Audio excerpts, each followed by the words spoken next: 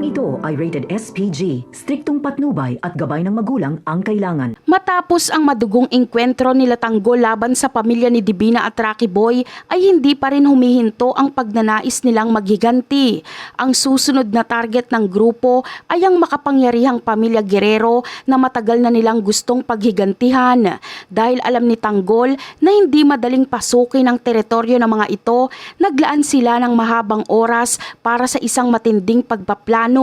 Nilalayon nilang ubusin ang lahat ng miyembro ng mga Guerrero upang tuluyan ang matapos ang laban at makuha ang hustisyang hinahangad nila. Sa kabilang banda naman, nakarating nga sa kaalaman ni Santino ang binabalak na pagsugod nila Tanggol sa mansyon ng mga Guerrero. Sa halip na pigilan ng gulo, nagpasya si Santino na gamitin ang pagkakataong ito para maghiganti rin sa sarili niyang kapatid. Agad siyang nagtungo sa mansyon upang abangan ang pagdating ng grupo nila Tanggol. Ang galit ni Santino ang nagtulak sa kanya na makipag-alyansa muna sa mga Guerrero para lamang masiguro na babagsak si Tanggol sa kanilang susunod na paghihiganti. Dahil sa iisang layunin na talunin si Tanggol, pansamantalang naging magkakampi si Santino at ang mga Guerrero. Tinanggap ng mga Guerrero ang tulong ni Santino upang mas mapalakas ang kanilang depensa sa loob ng mansyon.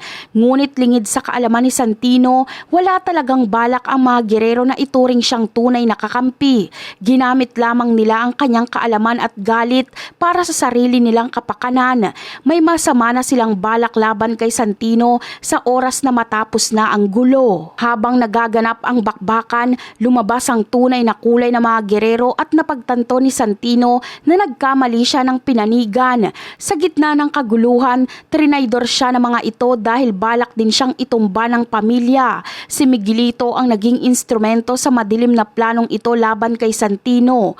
Alam ni Miguelito na ang pagpatay sa kapatid ni Tanggol ang pinakamabisang paraan para wasakin ang puso at tapang ng kanilang mortal na kaaway.